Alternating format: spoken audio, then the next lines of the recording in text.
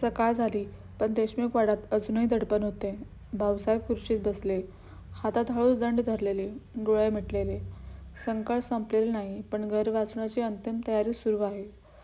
सचिन आणि नितीन घरातील प्रत्येक सदस्याशी बोलतात.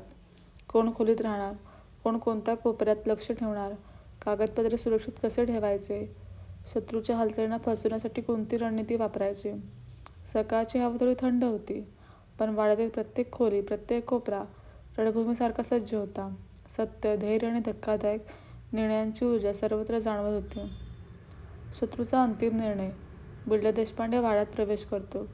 हा वाडा आता माझा, तो ओरडतो. सचिन समोर उभा राहतो, ठसठशीत आवाजात.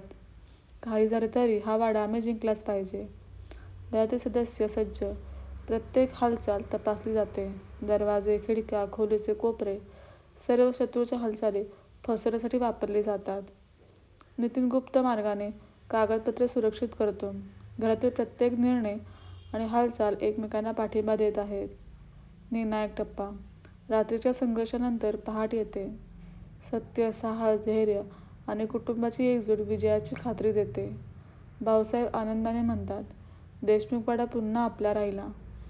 सचिन आणि नितीनची एकजूट आपला विजय आहे. सचिन आणि नितीन चेहऱ्यावर हसू, डोळ्यात आनंदाचे अश्रू. घरातील सदस्य एकमेकांना मिठी मारतात.